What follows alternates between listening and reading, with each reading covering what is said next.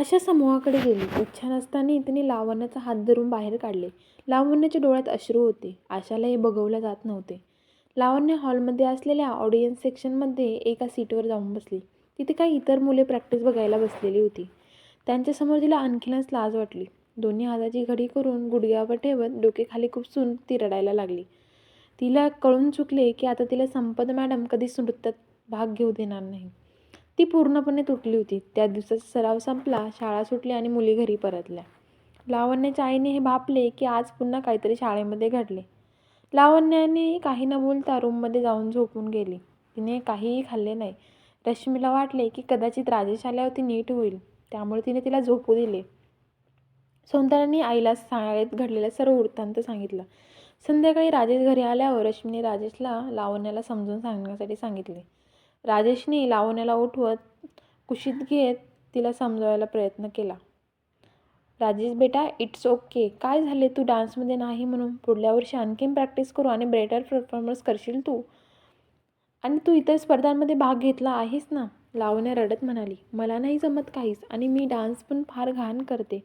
ती आणखीनच जोरात रडायला लागली. रश्मी, अगं डान्स म्हणजे सर्व काही का गं? दरवर्षी निबंध लिखाण आणि क्विज कॉम्पिटिशनमध्ये तू नेहमी अव्वल असते. तू तर फार हुशार आहेस, त्यामुळे क्लासमध्ये टॉप पण करतेस ना? लावण्या, हो आई, पण मला डान्स करायला फार आवडतं गं. राजेश, रश्मीने कसेबसे तिला समजावून सांगितले. राजेशला वाटले एकदा शाळेत जाऊन टीचरसोबत बोलून बघावे आणि तिला विचारावे की नेमके काय झाले ते. तिला असे काढले, कदाचित रिक्वेस्ट करून तिला घ्यायला लावू. त्याबद्दल त्याने रश्मीला विचारले असता रश्मीने नकार देत, काही नको. मला सौंदर्याने सांगितले की लावण्य नीट करत नव्हती डान्स. टीचर्सने तिला बराच चान्स दिला. आता तुम्ही जाऊन कशी शिफारस कराल? डान्स नसून येत तर माझ्या मुलीला घ्या म्हणून असं सांगणे योग्य आहे का ते? राजेश म्हणाला. तुला नाही वाटत का काही दुसरं कारण असेल म्हणून? रश्मी, आता परवावर आहे संमेलन. तुम्हाला वाटतं का टीचर्स तिला ऐनवेळी चान्स देतील म्हणून? काळजी नका करू, नीट होईल सगळं. यावर्षी नाही, पुढल्या वर्षी आपण बोलू टीचर्सला. लावण्याचे खराब परफॉर्मन्स करण्याचे कारण तिचा कमी झालेला आत्मविश्वास आणि तिच्या मनात घर करून गेलेली भीती होती. पण ही तिच्या आईवडिलांना मात्र कळू शकले नाही.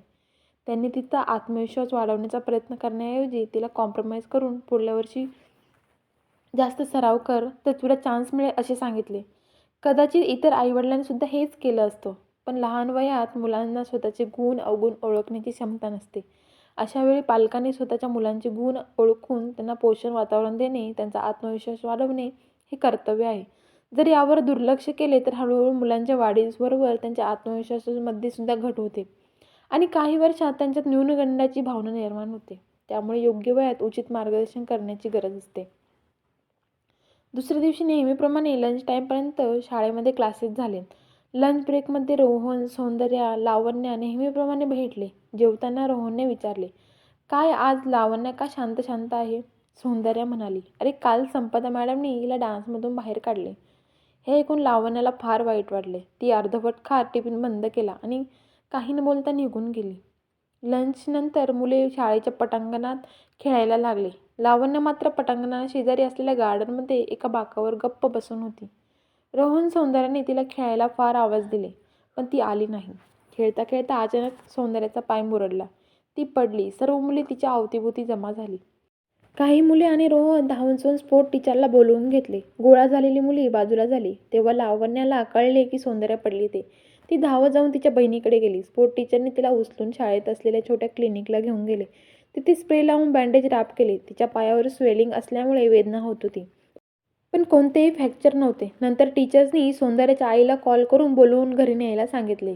रश्मी शाळेत येऊन सौंदर्याला घेऊन गेली. लावण्याला शाळा सुरू असल्यामुळे शाळेतच थांबायचे होते.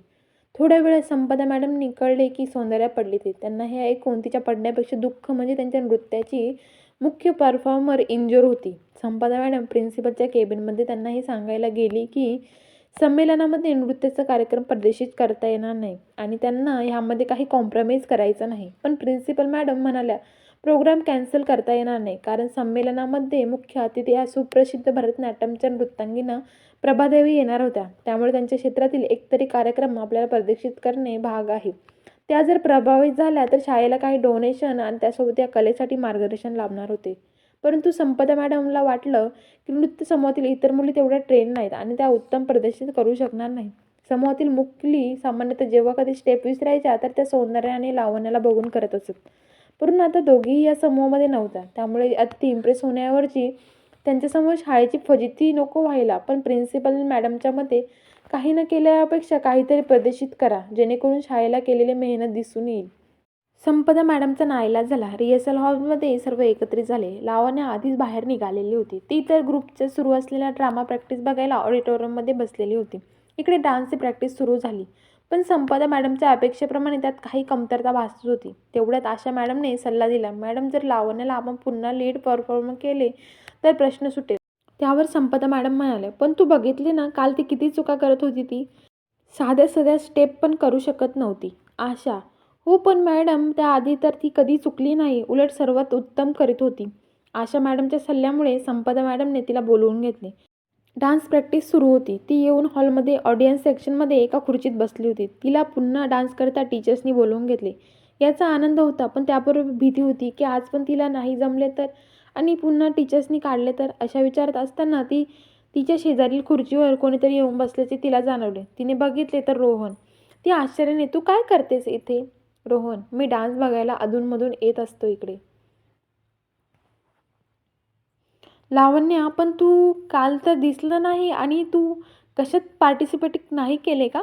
रोहन, मी आहे ना, फुटबॉलमध्ये आहे, ड्राम्यामध्ये आहे. लावण्या, पण मी ड्रामा बघितला आली तेव्हा तू तर स्टेजवर नव्हता. रोहन, अगं तुझं लक्ष नसेल, मी कोपऱ्यात एक झाड बनून उभा होतो. लावण्या इतक्या तणावात असून सुद्धा तट्टेने, झाड? आणि दोघेही हसायला लागले. लावण्या, मग आता तू फुटबॉल खेळायला नाही गेला? रोहन, अगं मी एक्स्ट्रा प्लेयर आहे, तिथे बसून बसून बोर होत होते, कल्टी मारून इकडे आलो. लावण्या, ग्रेट आहेस तू. रोहन, पण तू का अशी उदास आहेस? तुला काढले याची एवढं मनावर घेतेस? मला बघ, सगळ्यात पार्टिसिपेट केले, पण त्यात मी एक्स्ट्रा. इट्स ओके, चलता आहे. रोहन हळूच हसत म्हणाला, तुला काय वाटले संपदा मॅडमने डान्स येत असेल? हा हा हा. दोघेही हसले. रोहन पुढे म्हणाला, पण हे कसे शक्य आहे? मी बरेच वेळा तुमचा डान्स बघितला आणि तू तर सर्वांमध्ये छान डान्स करते. सौंदर्यापेक्षाही छान तुझा डान्स असतो. हे ऐकून लावण्याला आश्चर्य वाटले, कारण तिला हे कोणी मोठ्यांनी हे कधीच सांगितलेले नाही. लावण्या, खरंच? रोहन, हो खरंच. आणि का म्हणून त्यांचं ऐकतेस? चांगले का वाईट ते करतेस. तू ते करताना आनंदीच असतेस ना, जसा मी पेंटिंग करताना असतो. मी ते माझ्यासाठी करतो. कोणी माझ्या ड्रॉइंगला खराब म्हणो किंवा वाईट, मी ते करीत राहील. लावण्या, हो मलाही फार आवडते डान्स करायला. मी सगळं विसरून जाते जेव्हा मी डान्स करते. रोहन, तुला आता पुन्हा घेत आहेत का मग? लावण्या, हो त्याकरिताच मला बोलावले. रोहन, बघ मी तुला बोललो ना, तू सर्वात छान करतेस म्हणून तुला इथे बोलावले परत. हे ऐकून लावण्याला फारच बरे वाटले. तिचा हरवलेला आत्मविश्वास परतला. तेवढ्या डान्स प्रॅक्टिसचा चालू असलेला एक राऊंड संपला. आशा मॅडमने लावण्याला हाक मारली. लावण्य ग्रुपकडे गेले. यावेळी आशा मॅडमने लावण्याला हात धरून सर्वात समोर उभे केले. लावण्याची आणि आशा मॅडमची नजरानजर झाली. आशा मॅडमनी स्मित हास्य केले. जशी नजरेने त्या म्हणाल्या, यू डिझर्व धिस.